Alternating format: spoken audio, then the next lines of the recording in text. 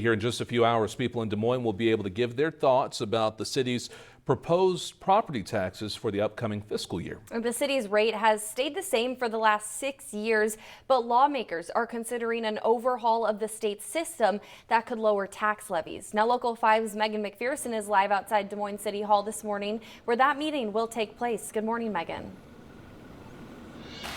Dana and Joseph, good morning. The city of Des Moines does plan, as you mentioned, to keep that rate they have seen over the last 6 years. It's a very steady rate, but under a new law that was passed in the last legislative session, the state is required, or the city is required rather, to host a meeting both about the proposed tax levy and the city's budget as well, in order to give residents an opportunity to give any public comment or just express any feelings that they may have about the proposed tax levy. Now, that levy for fiscal year 2026, which starts on July 1st, is $16.61 per $1,000 of taxable property. And if you're not familiar with what a property tax levy is, it caps the amount of property tax dollars that the city is allowed. Now, property taxes in Iowa do increase as the value of your home increases, but new legislation proposed by Republicans at the State House aims to lower those tax levies. And a change like that has not been made since 1977.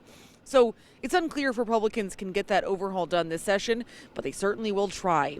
And speaking of the city's budget, the council also plans that they're meeting tonight at 5 p.m. to set a date for the approval of the city's budget, which we know they've been working on for the past several months. They've certainly run into some trouble with that, as they've had to make several cuts over the last several months in order to overcome a $17 million budget shortfall. But again, residents will soon have an opportunity to comment on the city's budget as well. And then if all of that goes well at their meeting next month on April 7th, they will make a date to approve that budget.